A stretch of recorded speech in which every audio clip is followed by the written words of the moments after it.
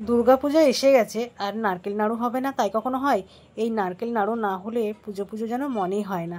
ছোটোবেলায় দেখেছি আমাদের গ্রামের বাড়িতে মা দিদা সবাই মিলে কত নাড়ু বানাতো।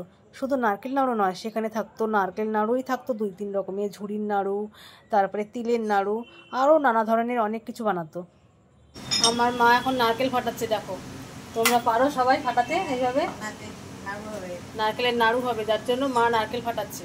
এই দেখো কি করে ফাটাচ্ছে, একবার দেখো, তা দিয়ে এইভাবে।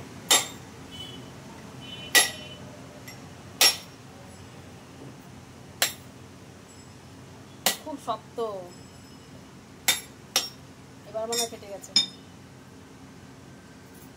এইবার ফেটে গেছে, 1 বাটি জল হয়েছে নারকেলে। এই দেখো নারকেল নাড়ু তৈরি হয়ে যাচ্ছে আমার বাড়িতে। এই দেখো নারকেল কোড়ানো হচ্ছে, আর সেটা কোড়াচ্ছে হচ্ছে আমার মা।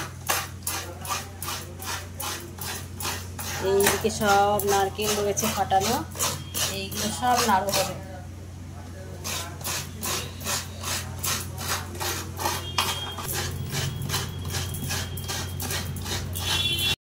Good evening friends, welcome back to my channel blog with Rupa চ্যানেলে তোমাদের সবাইকে ওয়েলকাম।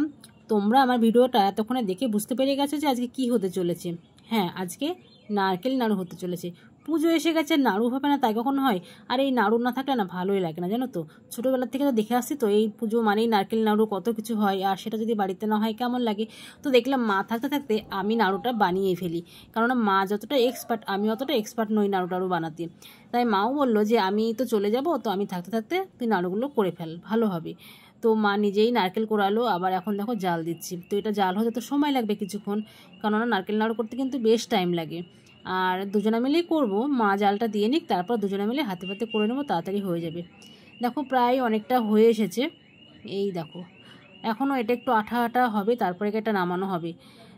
তো দেখো অনেকটাই হয়ে গেছে, অনেকটা আগের থেকে অনেকটাই দেখো টাইট হয়ে গেছে, টাইট ফিট হয়ে গেছে। তো যতটা আঠা আঠা হবে তত নাড়ু তোমার ভালো হবে, নাহলে নাড়ুটা কিন্তু নরম থাকবে। আর একটু আঠা ভাবটা বেশি হলে নাড়ুটা শক্ত হয়, তাতে বেশ ভালো হয় আর কি। তো মা অনেক দিন হলো এসেছে, এখন বাড়ি চলে যেতে চাইছে। তো তার জন্য মা বললো আমি থাকতে থাকতে করে নিই, সুবিধা হয়। আর আমিও দেখলাম যে হ্যাঁ, মা থাকতে থাকতে করে নিই, তাতে আমারও সুবিধা হবে। আর একা একা না করতে পারি, কিন্তু কি বলতো অনেকটা সময় লাগে, একটু কষ্ট হয়, যার জন্য মা থাকতে থাকতে করে নিচ্ছি। আর এটা দেখো মালাই, নারকেল মালাই দিয়ে একটু ডলা দিচ্ছি। এটা ডলা দিলে নাড়ুটাও খুব ভালো হয়। আর মা বলছে একটু বেশি করে ডলা দিয়ে, তাহলে কি হবে, এটা তো গুড়ের নাড়ু, একটু বেশি করে ডলা দিলে নাকি ওটা নাড়ুটা পরিষ্কার হয় আর কি। যার জন্যই আমি ডলা দিচ্ছি, আর মা দেখো গোল গোল করে পাকাচ্ছে। তো আমার কিন্তু খুব ভালো লাগে, জানো তো, এইভাবে গোল গোল করে হাতের মধ্যে নারকেল নাড়ু পাকাতে খুব ভালো লাগে। আর হাতের মধ্যে দেখবে যখন নারকেল নাড়ু পাকানো হয়, তখন পুরো হাতটা একদম তেলে ভর্তি হয়ে যায়, নারকেলের তেলে। কি সুন্দর লাগে না, ছোটোবেলায় এরকম বসে বসে মা দিদা ওরা হচ্ছে এইভাবে নাড়ু ডলে দিত, এই নারকেলের পুরটাকেই মালাই দিয়ে ডলে দিত, আর আমরা বসে বসে এরকমভাবে গোল গোল করে পাকাতাম। কোনোটা ছোট হতো, কোনোটা বড় হতো। তো দিদা বলতো যে সব এক সাইজ কর, একটা ছোট একটা বড় এরকম করিস না, ঠিক আছে, একই রকম সাইজ করবি। তো সেই ছোটোবেলাকার কথাও মনে পড়ে, যে তখন কত নাড়ু মুরকি হতো আমাদের বাড়িতে। এখনও মা করে করে করে আমাদের জন্য পাঠিয়ে দেয়। আর যেহেতু মা এবার এখানে আছে, তাই আমাকে এখানেই করে দিচ্ছে। দেখো আমার নারকেল নাড়ু করা একদম কমপ্লিট। তো তোমরাও বাড়িতে এভাবে বানিয়ে ফেলো নারকেল নাড়ু।